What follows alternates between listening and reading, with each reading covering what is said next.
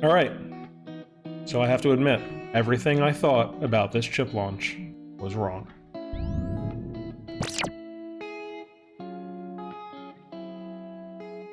Hello Internet, I am Matt, aka Matloc, and I am here today on the 7th of July, having run to Micro Center as soon as it was open, dropping $500 on a chip I did not need, the 3900 XT, just to see if it was any good for you. It's a Matloc video, so I'm starting out speaking to you from my car. Good? Whatever the time it is for you, Internet, it's afternoon for me.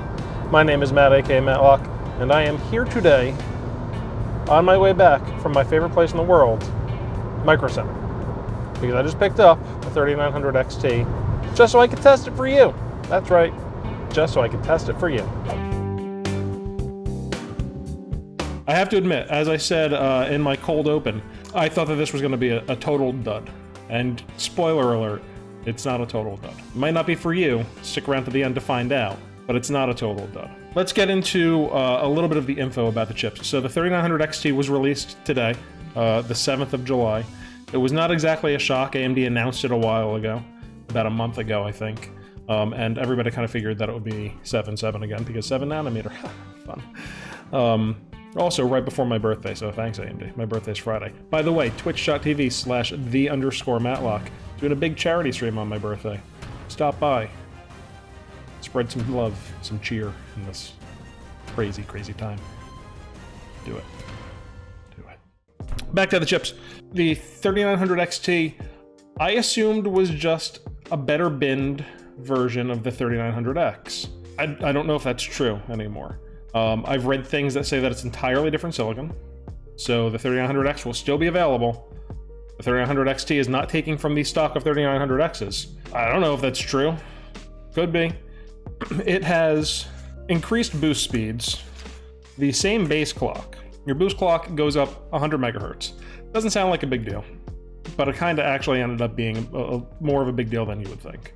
Still has 12 cores and 24 threads. Nothing else has changed. If you were to look at this chip from a distance, if you were to look at the boxes from the front, you would think that it's the same thing.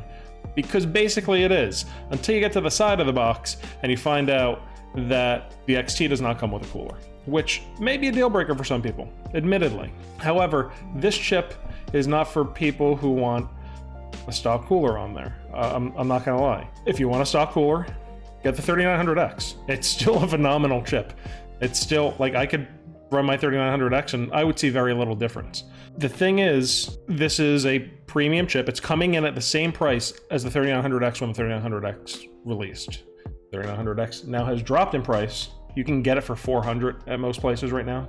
This comes in at $500, $499.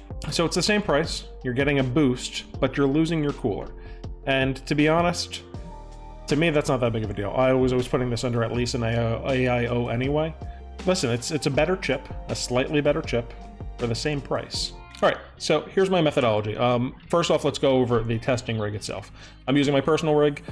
So motherboard, Asus Crosshair Hero 8. It's the Wi-Fi edition. I'm using the 2103 BIOS, which is from June the 29th. That is the most up-to-date BIOS that they have on their website right now. 32 gigs, that's two 16 gig sticks. Of Corsair Vengeance Pro, 3600.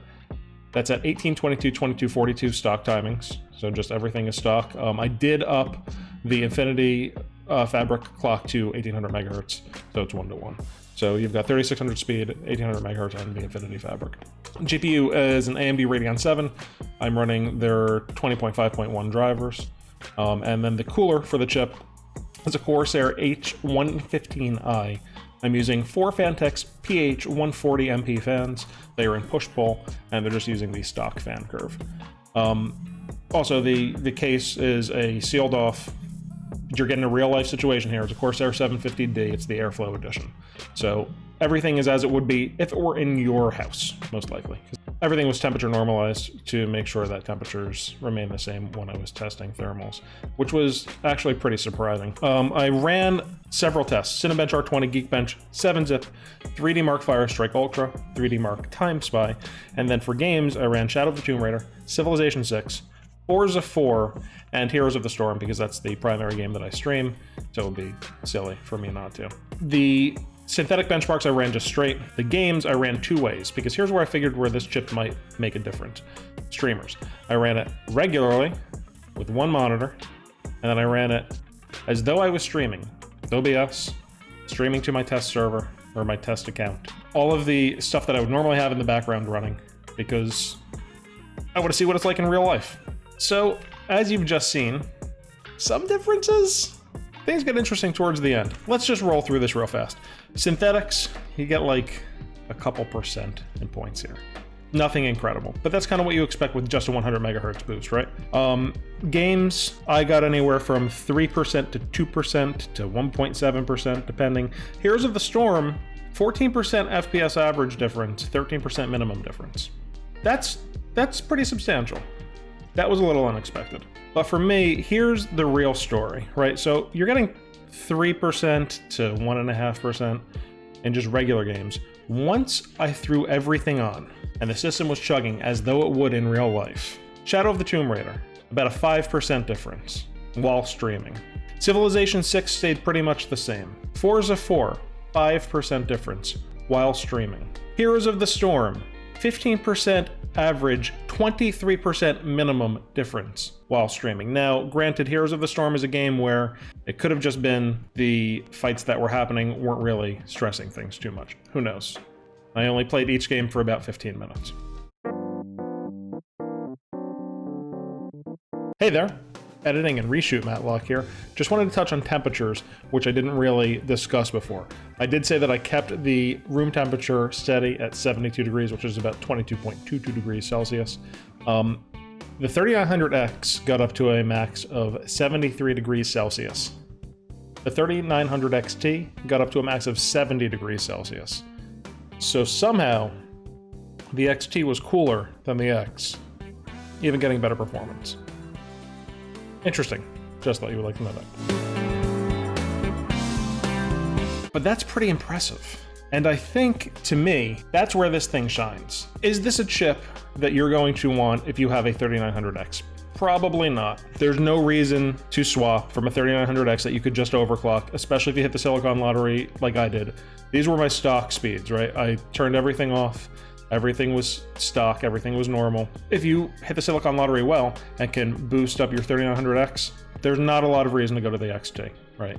Unless you feel that you can sell your X and just get the XT for $100 and you really want to, you've got the pockets, you want the best of the best, technically speaking, at the 12 core, sure, go for it. Listen, if you are going straight for gaming, you're probably going with Intel anyway. If all you care about is FPS and clock speed, why are you watching this video? You know who you are. It's like, go somewhere else. This isn't a video for you, to be honest. You're not really interested in the 3900X. You want pure clocks. Intel is still the king there. If you're doing anything else while you're gaming, however, this is a really compelling chip. It's a really compelling chip. The 3900X is still a great value, and at $100 less than the 3900 XT, it would give me pause. But if you have budgeted $500, and you want to eke out that extra performance, and you are a single PC streamer, the 3900 XT is a really, really surprising chip and a pretty decent value. That's all I can say. Listen, Intel, step up your game, get your multi-core stuff going, fight AMD, AMD fight Intel, let's go back and forth, and let's keep making this better for consumers everywhere. Because that's all that's happening right now. It's a win-win.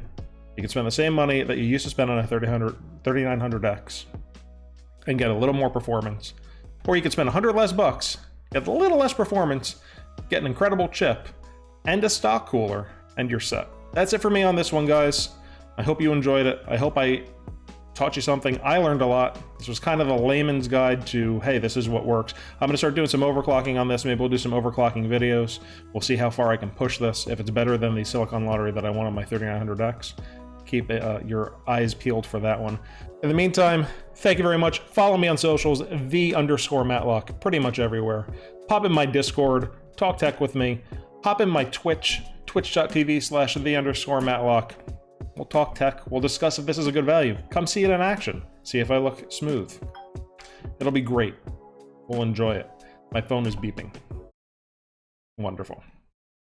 Bye.